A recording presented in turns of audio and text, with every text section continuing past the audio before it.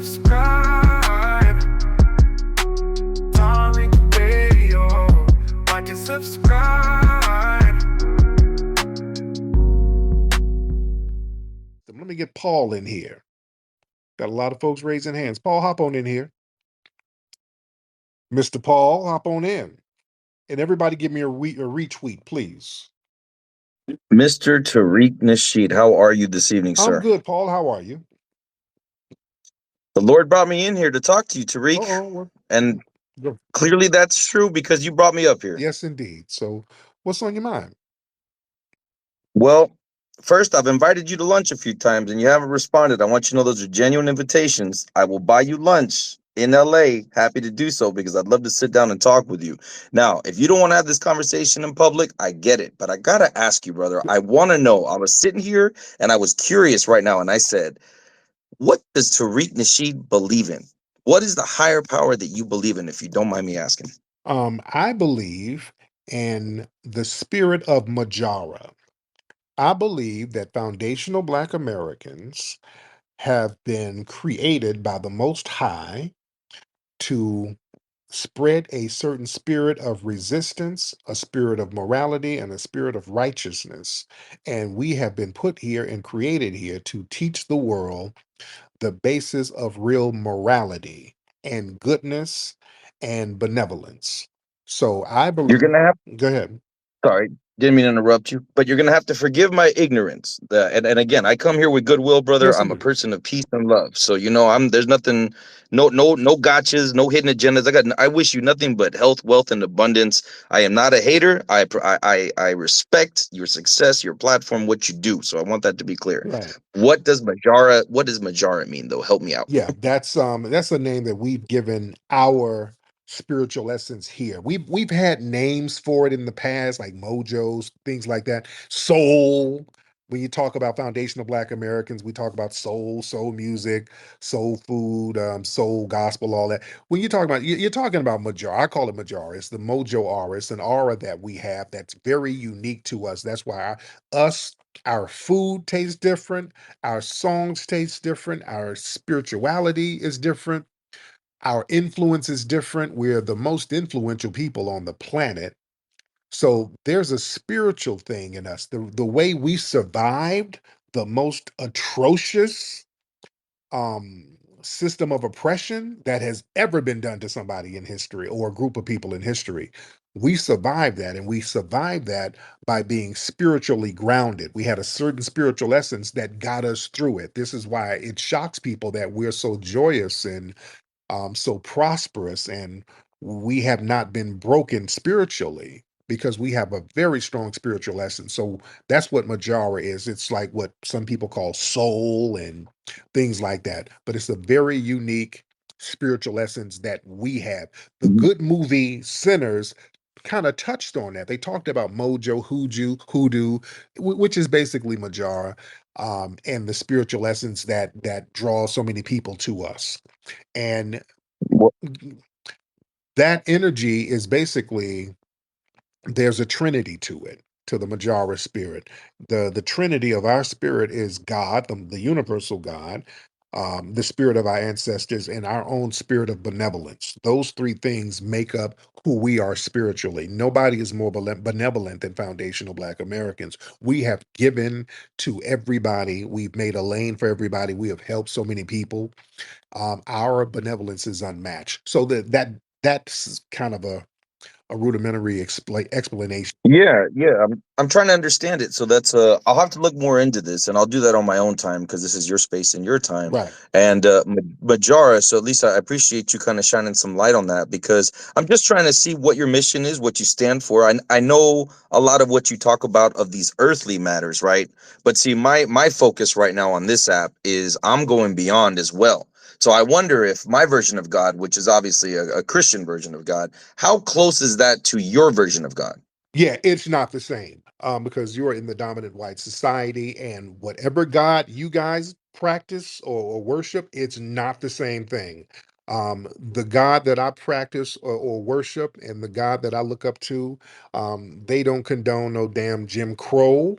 They didn't condone lynchings. They don't control white supremacists within law enforcement. They don't control or condone economic deprivation and injustice. They don't condone that whatsoever. So I don't know what Christian God, what God do y'all practice or pray to?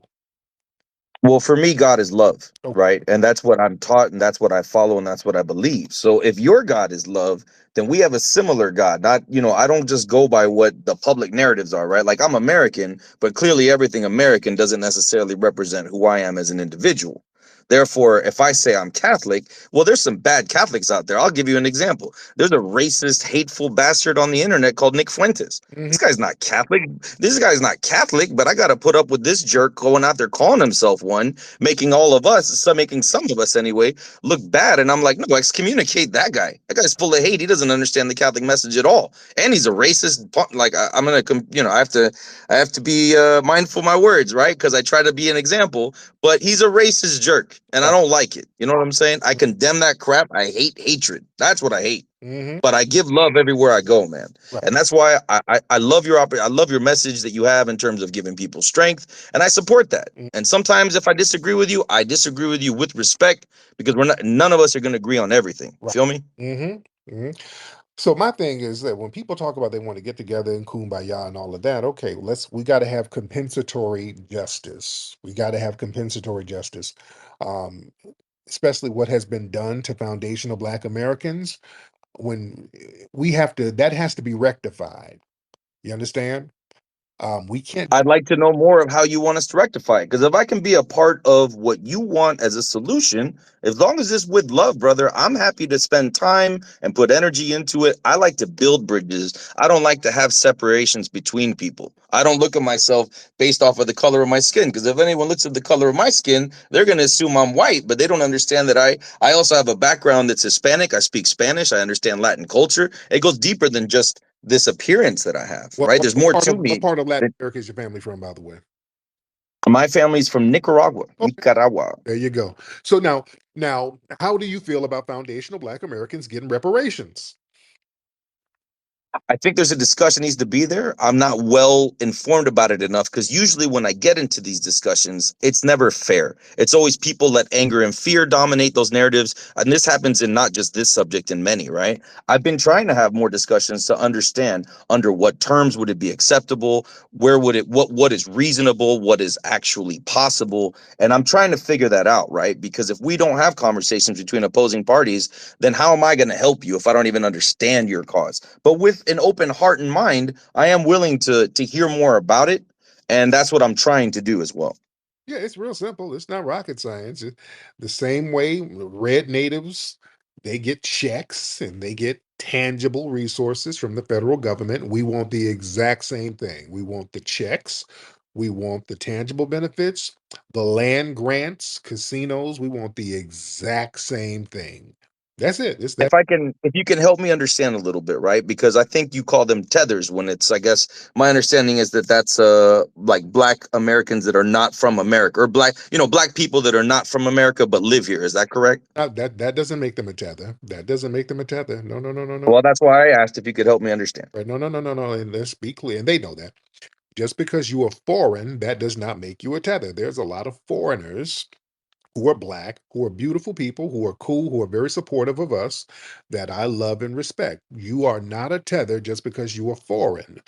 You are a tether if you are Myron Gaines. You are a tether if you are Candace Owens. You come from an immigrant background, yet you come here and do things to undermine us. If you do anything to undermine a foundational Black American by using your melanin as a shield, that makes you a tether. So a tether is an actionable word. It's based on an action. So that's what that is. I'm familiar with Myron. I've had a couple back and forths with him as well. Only unfortunately, he likes to resort to hate in his rhetoric, and that's where him and I divide very much so. Right. Yeah, and I did a broadcast about him yesterday, pointing out, he used to work for, and I say used to in quotes, for the federal government for Homeland Security. I still think that he is a federal agent. There's no such thing as an ex-federal agent. You still have some kind of security clearance. You still have some type of ties or connections to the agency.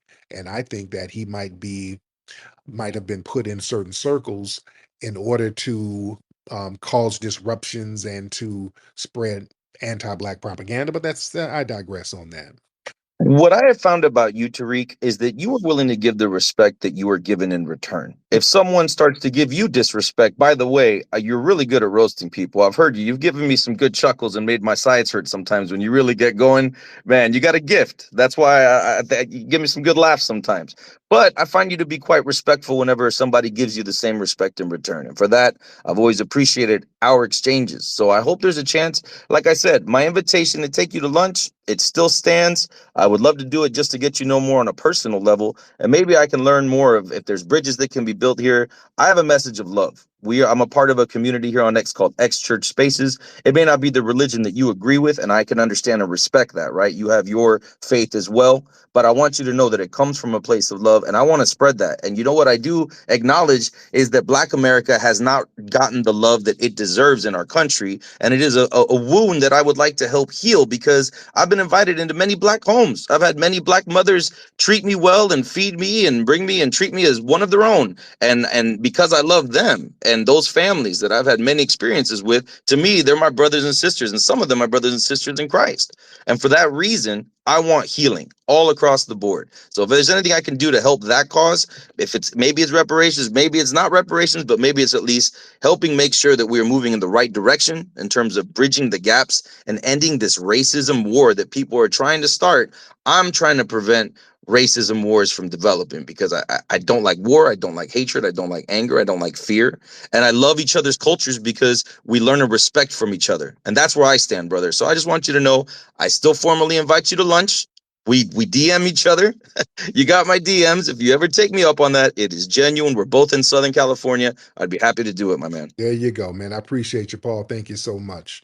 So listen, family, the name of the game, because remember we had a guy yesterday who called in. Hey, brother, we love him. We gotta love each other. Okay, look, listen.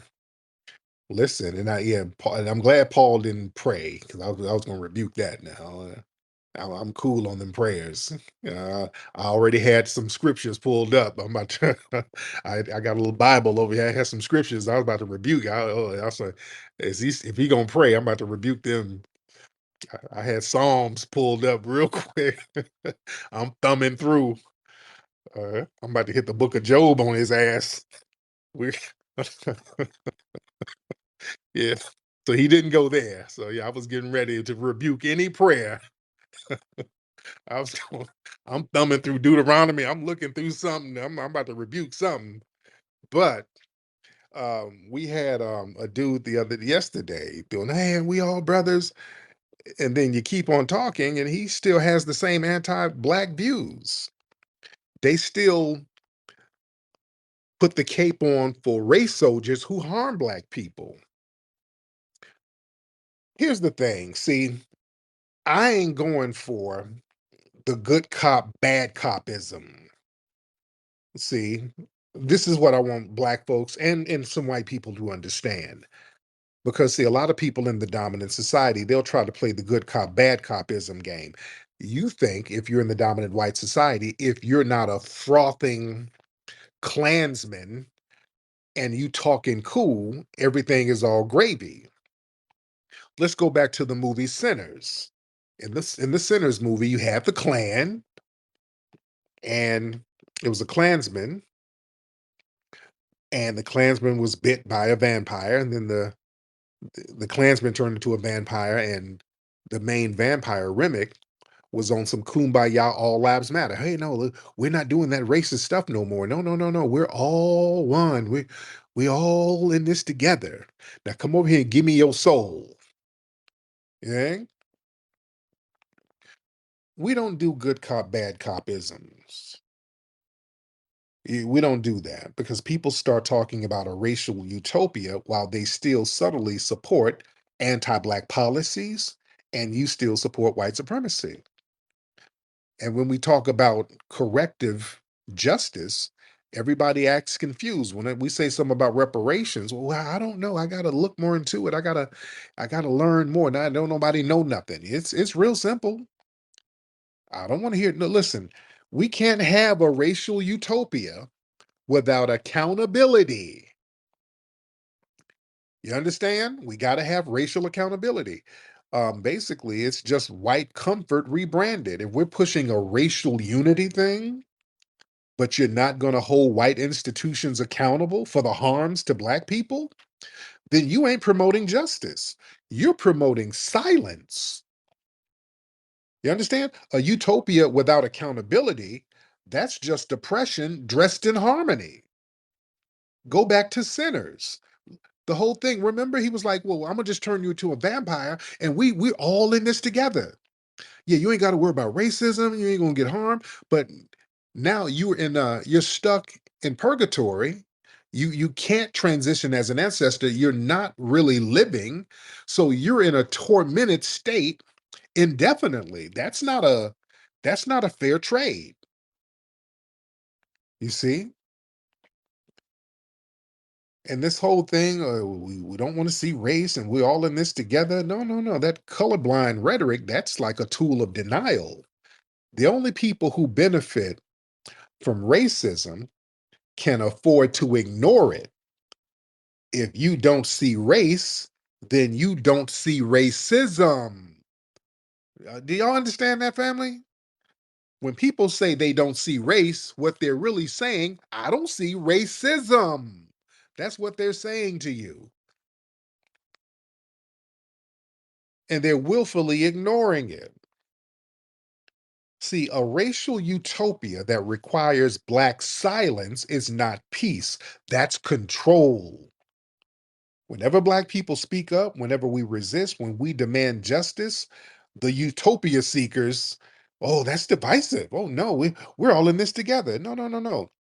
When the system harms us, they start making excuses. Oh, that's unfortunate. All things happen. Oh, that's just bad luck. No, no, no, we don't do that. No, no, no. We got to get some real justice in here. And you don't just get to sing Kumbaya, while letting all of the bullshit happen to us. A lot of these peace and love advocates, they'll still vote for politicians who harm us. They'll back police unions who harm us. They'll fight reparations, oppose any type of set aside for us. You know? We're not going to hold hands while you're holding us back. Just like the other day, we asked this dude about, he was talking all this love kumbaya stuff, and I asked about George Floyd. And he was like, yeah, well, George shouldn't have been using drugs. Oh, okay. There we go. Because family, and I know how to ask these people these questions because I remember during the protest under Obama, all the protests around the country, I was going to a lot of them. And I kept noticing something. Something stood out to me in all these protests. Even in the 2020 George Floyd protests, even in that. There's a lot of white people out here. I remember going to Ferguson, went to Baltimore. I'm like, there are a lot of white people out here. There's a lot of white people out here with no justice, no peace shirts, Black Lives Matter shirts, hands up, don't shoot. I noticed that all around the country. Even the George Floyd thing, white folks all around the protests by the thousands. I can't breathe. Oh, no justice, no peace, I can't breathe. And I said to myself, all these thousands of white people out here, how come we couldn't get 12 of these white people in the damn courtroom? That's why we're out here protesting. Where are all these? We got thousands of white people out here with these Black Lives Matter t-shirts. We couldn't get 12 of them on a grand jury? That's odd. All these white people out here chanting so-called for justice and unity and love, but they're never where we need them, in the courtroom where it matters. And then it dawned on me, they are in the courtroom. That's the problem. I figured that out a while ago. I said, wait a minute, these people are actually the same ones in the courtroom. These people, like Neely Fuller said, the white supremacists will play both sides. They will go up in a courtroom, a grand jury room, and acquit a race soldier for shooting a black person in the back. and then leave that jury and go out in the streets and put on a Black Lives Matter t-shirt and be out there chanting. That's how white supremacy works, ladies and gentlemen. Just like the guy who called the other day. That's why I used him as an example. His whole conversation was, oh, we all in this together. We got to love, love, love. What about George Floyd? Well, yeah, you should leave that drugs alone. That's what happened if you do drugs. Okay, okay. That's what I thought. But listen, family, a racial utopia, that requires dismantling racism, not just denying that it exists. True unity starts with truth. You can't unify with people who refuse to acknowledge that you've been wrong. That makes them complicit. Talking about love with when you're avoiding justice, that's emotional colonization. We don't play that game. If your utopia doesn't include repairing the historic harm, that's just colonial amnesia. If you want to skip over 400 years of slavery, lynching, redlining, Jim Crow, mass incarceration, and then jump to, well, we're all human, that's not healing. That's historic erasure. No, we're not doing that. I'm not going to sit up here and just let you rewrite history. No, there's some shit got to be fixed. Now, that 400 years of damn terrorism, that shit has to be fixed. And you got to let me hold them resources that you accumulated from all of that terrorism you sparked on us. Yeah? See, yeah, don't use love as a weapon and then avoid justice. See, white supremacy hides behind friendly smiles, friendly hugs, and we're all one language, but they'll still defend those systems that destroy Black lives. Love without justice is just performative. Unity without truth is deception, ladies and gentlemen. And don't ever forget that. Do not ever forget that.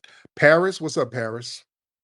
Hey, good evening. How are you tonight, I'm Tariq? good, Miss Paris. What's on your mind, dear? Well, you just evoked the spirit of, for me, Malcolm X when you talked about the white liberal and the progressive. I'm thinking here in New York, the progressive, the white liberal here in New York, and I'm sure in most parts of the country, gentrification is a problem. Mm-hmm. And when you just mentioned that, that's the first thing that I thought of. These people, they always talk the kumbaya, et cetera, but they're the ones who love segregating the schools, keeping the schools segregated, and they're pretty much trying to take over the city. Yep. Oh, yeah. Okay, Yeah. and they're very dangerous, and it's just an extension. Gentrification is an extension of slavery, of Jim Crow, Oh, yeah. and these people are very dangerous. And I think you're in Los Angeles. I don't know what's going on there, but here in New York, this is problematic, and I'm sure many other parts of the country the same thing. I know what happened in San Francisco. If you guys Google it, you'll see where the tech people took over, and the minorities were pretty much pushed out, further out of the main part of the main city there.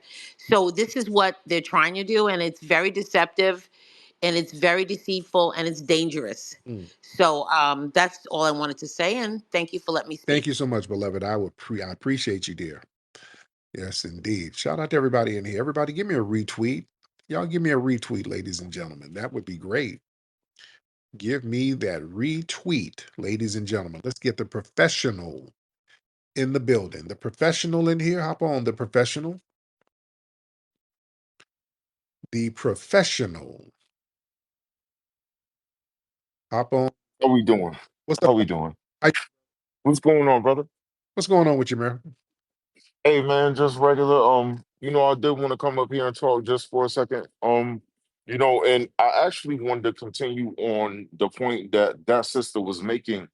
Is you know, I will imagine I cannot hold body singularly accountable for anybody, but there are a lot of brothers and sisters that do claim the FBA that do side with white supremacy. Oh We've yeah, even we we got. we've We got we've even had brothers and sisters that post is like, bro, I'd rather side with white people before I side with tethers, or whatever it is. I'm Caribbean mixed. You know what I mean? Like I am of Black American lineage, but I do have Caribbean lineage. I do have South American lineage, but I could trace my people back past 1870 here on this land. Yeah. Who are Black, and it just pains me to see that certain individuals. I'm not gonna say all. You know what I mean? I can't do that, but there are some of our Black American brothers and sisters that, like, yeah, we rather side with white people before we side with other Black people that come from a different land. And I didn't want to make this that, but that's kind of sad. Is like we're fighting white supremacy. So if you side with white supremacy, then like what are we left with? You know what I mean? Like, and I know a lot of people look towards you to give them their guidance. So I'm like, where do we stand with that when we got Black American brothers and sisters that are like, we rather side with white people. Yeah. And I can't guide 43 million people. It's 43 million foundational Black Oh, Americans. Yeah. understood, you know what I mean? But like, I'm just, where do you personally, wh- But you know where do what? you I'm personally nothing. Y'all see what I do. I'm an open book. I go in on white supremacy all the time. on Des? Like, that's what I do on my timeline every day. I'm fighting white supremacists every day, but I still get called the tether by, you know what I mean? Like, it's like, bro, like, I'm fighting a good fight. Like, where do we end up? Because a lot of people, like I said, they rather side with the whites Yeah. than the side with other Oh, Blacks. we got Sambos in every lineage, but that doesn't change the lineage. Hell, Jesse Lee Peterson is a foundational Black American. He's the biggest Sambo on the planet. We got Sambos, but there's 43 million people. Some are going to be on code, some are going to be off code. That's a part of the game, but it doesn't change your lineage. That is what it is. Just try to avoid people who ain't on the same political and social page that you're on. But yeah, I don't control what 43 million people do. It's 43 million people. They'll have 43 million different opinions about certain things. That's just what it is. But your lineage is your lineage. None of that really changes your lineage. All right. Excuse me. Let's see who we got in here. Let's get somebody named Ebony. I saw somebody named Ebony in here. I was gonna let you in, Ebony. What happened? Did your bonnet fall off? What happened, Ebony? I was gonna let you in and have you speak. All right, let me get some more people in here. What's up, Nicety Girl? I see you. What's up, Juice? I see you. Professor Allen, I see you. Sir Great Black Shark, I see you down there. Um, let me see. Let's get DJ Genesis up in the building. DJ Genesis in the building. What's up, DJ Genesis? Has been We're going. good, dear. How are you? Oh man, there's so many things to talk about. I've been gone, but listen, I want to. Well, hold on. Hey, Stormy? Did you still want to have sex with me? No, who the hell are you? That's not you in my DM. Hell no, I ain't in your damn DM. Your voice sound husky. I ain't in your damn DM. I'm a woman, Oh, 100% woman. not with that husky voice. I'm not in your. I have no husky voice. Your voice is husky, beloved. I'm not in your DM. No, no, no. No, You're in my DM, and you need to chill because I'm fine as hell, no, and I'm a Texas girl. Miss. No, you're not. No, not with that husky voice. I am from Texas, and I am fine. Everything is big in Texas, meaning your balls. You sound like a dude. All right. So I'm not in your DMs. Don't lie on me, sir. Okay. Miss. No thank. You want the DM? That was an AI. Okay, it's something. uh Speaking of AI, listen, I know you. I know you've been really good with the AI. I don't know who's doing your AI, but have you seen that VO AI? And now they're also now once they put this out, which actually can talk and everything, yeah.